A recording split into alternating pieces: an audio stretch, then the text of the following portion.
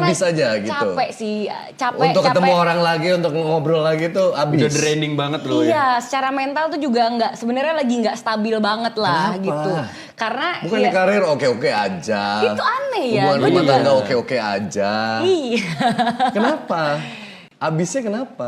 Ya pastilah ada permasalahan yang nggak bisa diceritain ya. Terus betul. ditambah lagi kayak ada rutinitas yang harus dijalanin gitu. Jadi kayak mau mendahulukan diri sendiri dulu ketimbang yang lain pada akhirnya gitu. Tapi setelah setahun itu aku pikir kayaknya nggak bagus juga nih kayak gini. Ya aku coba memperbaiki lah gitu, memperbaiki cara aku komunikasi sama orang lain gitu, termasuk teman-teman. Ya dengan salah satu caranya nyamperin dong ya kan, minta maaf. Ini lebaran gak pernah gue kirim hampers ini. Sumpah. Sumpah ini. Iya. Tapi akhirnya hari ini bisa datang sih, salut sih. Aduh aku minta maaf. Terima kasih. Respect.